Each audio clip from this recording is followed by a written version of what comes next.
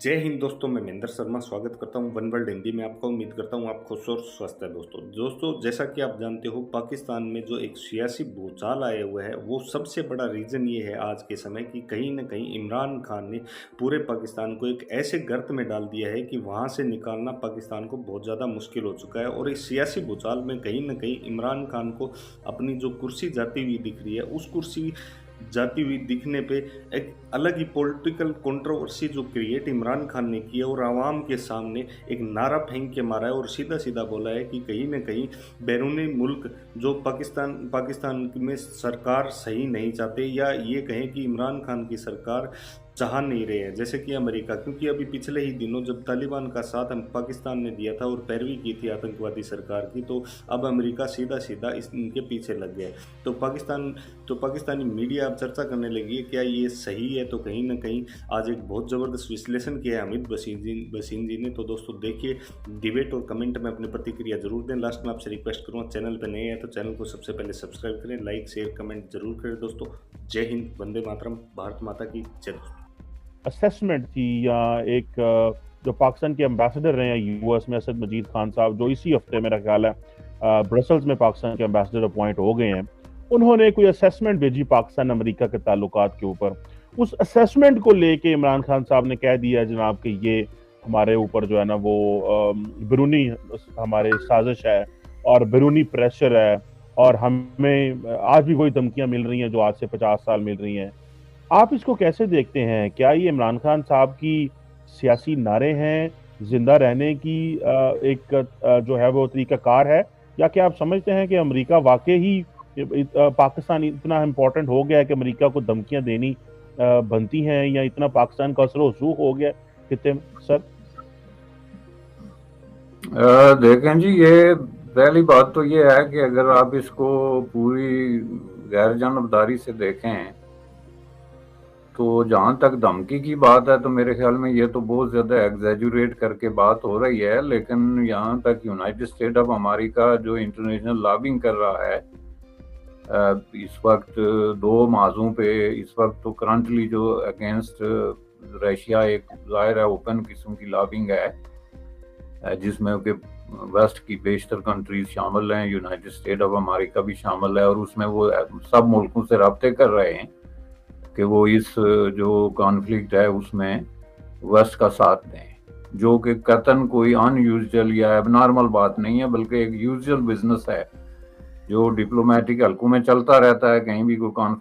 Conflict है तो ज़ाहिर कंट्रीज अपना काम करती रहती हैं, जो उसका हिस्सा है। जहां तक धमकी की बात और इमरान खान की हुकूमत हटाने की बात है, ये मैं समझता हूं कि इस सदी का सबसे बड़ा जो है वो जोक, अगर आप इसको कहें तो ये मुबालगा नहीं है, ये एग्जैजुरेशन नहीं। यानी ये वक्त भी आना था कि यूनाइटेड स्टेट ऑफ अमेरिका जो है वो एक ऐसे क्रिटिकल टाइम पे कि जब उसको एक बहुत ही सख्त किस्म की एक सिचुएशन का सामना है यूरोप में, वो जनाब ये प्लानिंग कर रहे हैं या कोशिश कर रहे हैं कि इमरान खान को कैसे हटाएं। इसको ज़रा इस नुक्ता नज़र से देखें तो इसमें सबसे पहला सवाल ये पैदा होता है कि आखिर इमरान खान ने ऐसा क्या मसला पैदा किया है जो कि यूनाइटेड स्टेट ऑफ अमेरिका के जो मकासद हैं या जो भी उनकी प्लानिंग है उसके रास्ते में कोई रुकावट है। क्या उन्होंने किसी भी इस पूरा जो ग्लोब की 200 के लगभग कंट्रीज हैं उसमें से किसी कंट्री को इमरान खान इन्फ्लुएंस करता है कि उसने कोई यूनाइटेड स्टेट ऑफ अमेरिका की जो लॉबिंग की अटेम्प्ट्स हैं उनके रास्ते में रुकावट बना है?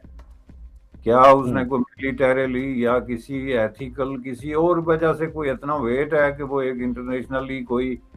एक प्रॉब्लम बन रहा है तो ये यूनाइटेड स्टेट के लिए लाजम हो गया कि उसको हटाया जाए? पहली बात ये है कि जितनी बातें इमरान खान साहब ने की हैं उनकी वो बगैर किसी ओरिएंटेशन के हैं। उन्होंने कभी कोई क्लियर किस्म की कोई स्टेटमेंट नहीं दी है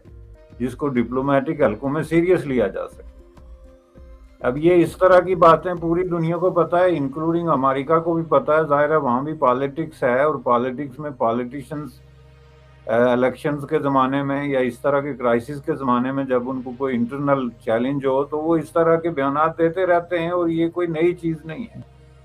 دن میں جو ہے وہ آپ کو ہزاروں جگہوں پہ ایسے جلسے جلوس اور نعرے سنائی دیں گے جہاں کوئی امریکہ کو گالیاں دے رہا ہے، کوئی چین کے خلاف باتیں کر رہا ہے. تو یہ ظاہر ہے ایک انٹرنل کنزمپشن ہوتی ہے جس کو اگر اس طریقے سے سیریس لے لیا جائے کہ آپ کسی کی حکومت چینج کریں تو میں سمجھتا ہوں کہ پھر دنیا کا نظام چل نہیں سکتا. نمبر 1. نمبر 2، جہاں تک آپ کوئی ریسرچ کر کے دیکھیں تو کہیں بھی عمران خان نے اپنے 3 سالہ دور میں کوئی ایسا چیلنج کریٹ نہیں کیا. ایک اونلی ایشو جس پہ کوئی بات سیریسلی کر سکتا ہے وہ افغانستان کا ایشو ہے، جہاں پہ اس نے تھوڑا سا ایک ڈیفرنٹ سٹینڈ لیا، اور 1-2 دفعہ انہوں نے ایسی باتیں کر دی جو کہ نارملی توقع رکھی جاتی ہے کہ بندہ اس کی بات نہ کرے. مثلا انہوں نے جو ایک افغانستان کی آزادی کا لفظ لگایا ایک الائی کے طور پہ، یونائٹڈ اسٹیٹ آف امریکہ کے الائی کے طور پہ، اور دوسرا بعد میں افغانستان کی حکومت کی حمایت میں تھوڑا سی جو ہے وہ بات کی. اب اس میں آپ مجھے یہ بتائیں کہ اگر طالبان کی حمایت یا ان کے بارے میں لابنگ کرنا یا انٹرنیشنل کمیونٹی کو یہ کہنا کہ آپ ان کو تسلیم کریں یا ان کو انگیج کریں، یہ اگر کوئی بہت بڑا اتنا بڑا جرم ہے کہ اس حکومت کو ہی جو ہے امریکہ ٹاپل ڈاؤن کرے، تو what about Taliban it self, کہ جو اصل مسئلہ ہے، کیا یونائٹڈ اسٹیٹ آف امریکہ نے طالبان کو جو ہے ٹاپل ڈاؤن کرنے کے لیے کوئی اٹیمپٹ کی ہے، اور اگر کی ہے تو کس حد تک وہ اس میں کامیاب ہوئے؟ تو اگر وہ خود طالبان کا کچھ نہیں بگاڑ سکتے، وہاں پہ رجیم چینج نہیں کر سکتے یا کوئی اس طرح کی سازش نہیں کر سکتے، تو ظاہر ہے پاکستان میں کر کے تو پھر اس کے ذریعے وہاں پہ کیا مقاصد حاصل کریں گے؟ یعنی کوئی اس طرح کی جسٹیفیکیشن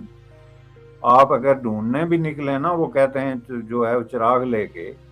تو پھر بھی آپ نہیں ڈھونڈ سکتے کیونکہ جسٹیفیکیشن ہے ہی نہیں.